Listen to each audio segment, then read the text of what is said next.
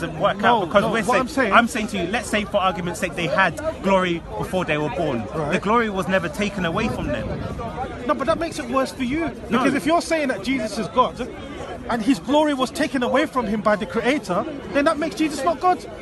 Again, when we say he became a human, that's because his glory, when we go to Philippians, it says he lowered himself beneath the angels. Therefore, he did not come in the earth in his full glory. No, but how can God lower himself?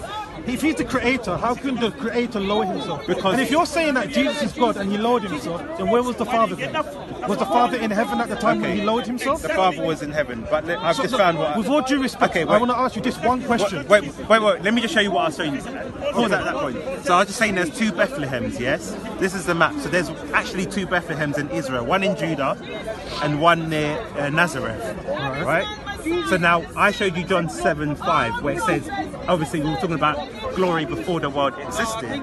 Now if we go into the Old Testament, at Micah 5:2 it says, "But you, O Bethlehem Ephratah, who are too little to be amongst the clans of Judah, from you shall come forth from me one who shall be..." let me just give you there was a separation. He was talking to the Gentiles. There was separation because of so it says, "But thou Bethlehem Ephratah," that's where Jesus was born. It's identifying which Bethlehem he'll be born in. So there's 2, and it's telling you the specific. It says, "Though you shall be little amongst the thousands of Judah, yet out of you shall come forth unto me that is to be a ruler in Israel, whose goings forth have been from old, from everlasting." And that word everlasting is from eternity. So this correlates with John 17:5, where he says, "Give me the glory," because that's why this is what a prophecy, because as I showed you, there's 2 Bethlehems, and that's the one of Judah. So it's saying, I'm saying to you, this prophecy is saying, "Out of ye he shall come to be unto me that is to be a ruler, whose going forths have been from old, from everlasting." And this is saying the person's origins have been from everlasting, from eternity.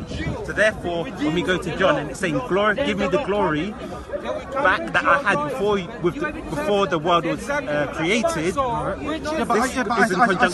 I see your point, but what I'm trying to say, my point still stands. Okay. Because, we know that Jesus speaks in metaphors, right? Yes. Sometimes Jesus will speak figuratively.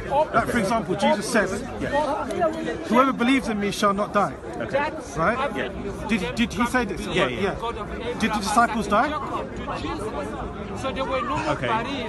No, what I'm saying is that when Jesus says, when it says here everlasting, right?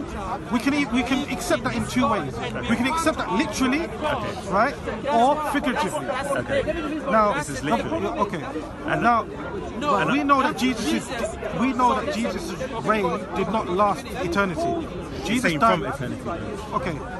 But the point is that Jesus, his death, his ministry was for 33 years, right? So even at best, his ministry was not from eternity. If you want to argue, hold on. That's not what it's saying. It's not talking about ministry. So what are you talking about here? Whose goings forth have been from old, from everlasting, saying their origin has been from eternity. This is something only God is from eternity. That's why when I gave you the verse about the but that doesn't make that unique to Jesus, because I told you in Hebrews 7 verse 1. I'm giving you an example as well. Malachi 3:1, where it says a messenger will prepare the way for God. Now, if you go and ask any Jewish person, they will say in this verse, the messenger is an angel, but they will not deny the second person is God. So now we have to say there's only one person who correlates that, and that's Jesus in John. So we can either take the Jewish interpretation, which it's an angel and God, but then the temple of Jerusalem doesn't exist anymore. So therefore, how can you take a Jewish interpretation? Because it says clearly, and I'll show you in 2 passages. So you believe that, so in this particular paragraph, you're saying that God himself came down. That's why people follow Jesus as God. Right. Do you know that Moses is called God? Elohim. Right. But this is he God? We had the divine name Yahweh used. Yeah, but what I'm saying, divine name cannot be used for a human being. No, but it still contradicts John 17 verse 3, where no, Jesus it only said contradicts. He is the only It only true contradicts God. No, but if you proof text John 3, because it goes on in verse 5 to say that, "Lord, glory, give me the glory that I had with you before the world exists. So if you proof text No, but it, what I'm trying to therefore say, you cannot make a doctrine on I understand what proof you're text. saying, but what I'm trying to say is that when Jesus said that he is the only true God, Yes. right? There could be no other God apart from the only true But God. we have to say in Would what you, sense did he mean it? no, but do you understand when he says he's the only true God? What is your understanding when Jesus said that you are the only true God? Because he's saying only means what? Because in he this means, instance? because in this instance we don't proof text stuff. We read. That's why we read the whole Bible, and that's why in verse 5 I don't think it you works understand. against what you're No, saying. no, because it doesn't. Because any because other God. what he's saying is that there's only. We all know there's one true God. There's no Buddha. There's no whatever. So any other therefore, God, no, hold on, one is second. not a true God. Yeah. Any other God apart from the only true God, would you agree?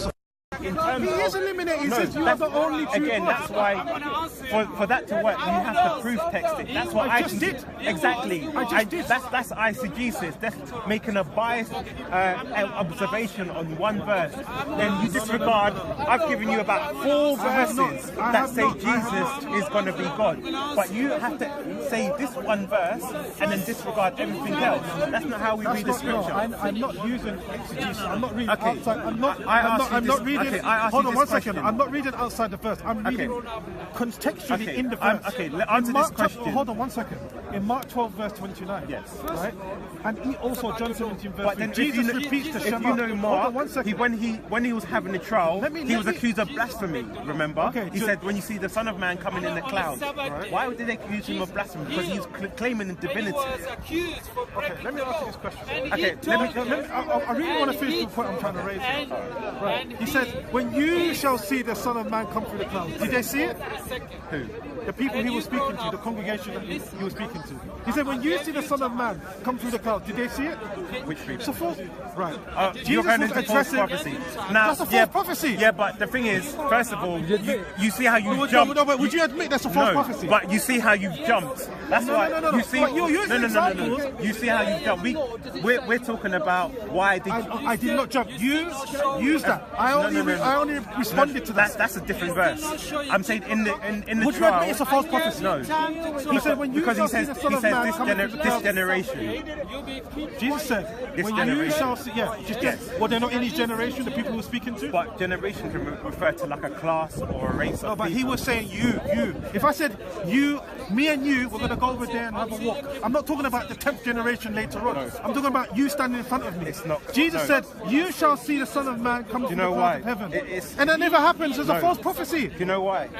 And it actually, because if we understand that verse, this is It's funny that the word false prophecy was the first word that came out of your mouth. No, because even before I said everyone says the same thing. Because it is a false No, prophecy. it's not. Because if we go to the book of Zechariah, this is what Jesus is referring to. It's very bad news for Muslims as well, and I'll tell you why. Because according to Islam, it says the last hour will not come until the Muslims fight the Jews and kill every last one of them.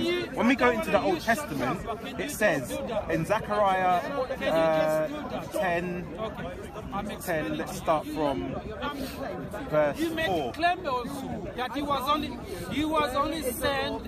You make also claim. You also said he was only sent to the lordship of Israel. Exactly, I'm quoting the same thing. Jesus. Listen, why are you trying to find that? I'm still trying to sort of beg the question. Is that you are unfortunately, I will say with all kind and due respect to you, but you are Okay, I you are found actually it. a, So it says. Okay, So it says. This is talking about the last days. It says, and the Lord. I want. Not in the right way. Jesus. So it says. Actually, let me go from verse. Okay, I'll go from verse 10. It says, I will pour out on the house of David and the inhabitants of Jerusalem a spirit of grace and pleas for mercy, so that when they look upon me, whom they have pierced, how can they pierce God? That doesn't make sense. Only Jesus was pierced. They shall mourn for him as one mourns for an only child and weep bitterly for him. What's your point? Sorry, I should have started earlier. What's your point? Because basically, what I'm trying to find out is basically what this prophecy says says in Zechariah is in the last days, before Jesus returns, Jerusalem is going to be attacked by the nations around it. And this relates to Matthew 24, Jesus' return, when we talk about this generation, because it says the nations around Jerusalem are going to start attacking it. And God's going to pour out his spirit on Jerusalem to make them like David versus Goliath.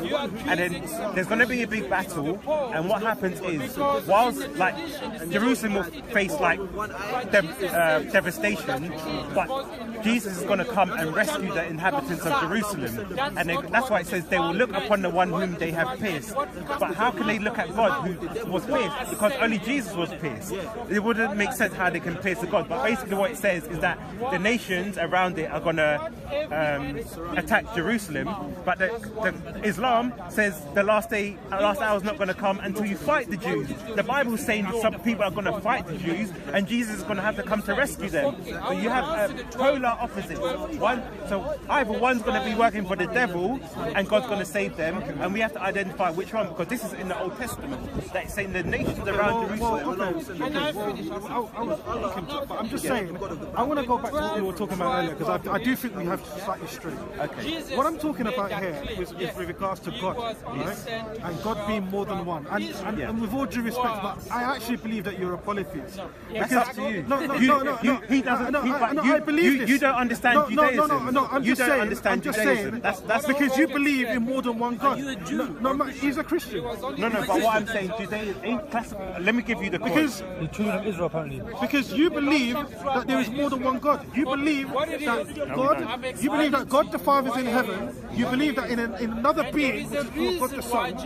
And we both know that God the Father and God the Son were not equal in knowledge. Okay. Were they equal in knowledge? They are. Okay, so Jesus knew the day of judgment, right? That's in his humanity. Okay, so Jesus lied then? No, because, for example... Because he said no one knows... Exactly. Okay. At that present time, if he doesn't know... Yes, because he said no one knows. So remember, we agreed that Jesus spoke figuratively. That's why when he says... So what about the Holy Spirit? That's why when he says, like, the only true Father, the only true God, wait, he's not eliminating did the Holy himself. Spirit know the hour? Why wouldn't the Holy Spirit know the hour? Because he said no one knows except God alone. Okay. So did the Holy Spirit know the hour? Well, the Father will reveal it, and they will know. So in the divine but hold on a sense, minute. Why would God the Father have to reveal that knowledge? They should already have that knowledge. Yeah, no, but they're saying it's more about revealing something. Revealing the final hour. Wait, hold on. Wait, let's go to the quote. Because we're talking about theology. So it says, this is the quote from the guy. Dr. Benjamin Summer, wait. You said polytheism, so I had to address that first. Because he's made the point about polytheism. Yeah, but you're jumping. We said about polytheism. To go with this. You said polytheism, now you're asking about I'm proving why. Why I feel you're polytheist, and you should allow me to express it. Exactly. But can I just finish my point? But you're now going on to something other. No. It's directly in relation to what we're saying. And then I'll make my claim why it's not polytheism. Now, what I'm saying to you, right? Going back to what I was asking you, right? The Father is the only being that knew that.